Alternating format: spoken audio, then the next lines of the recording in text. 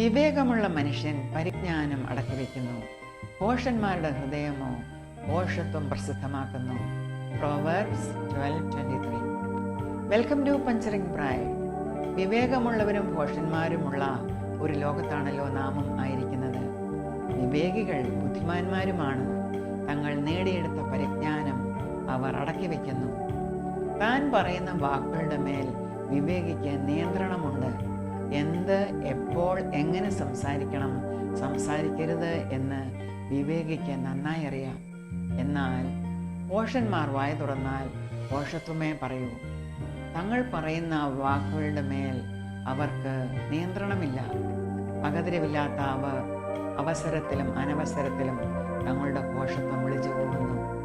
A prudent man conceals knowledge, but the mind of a fool broadcasts folly.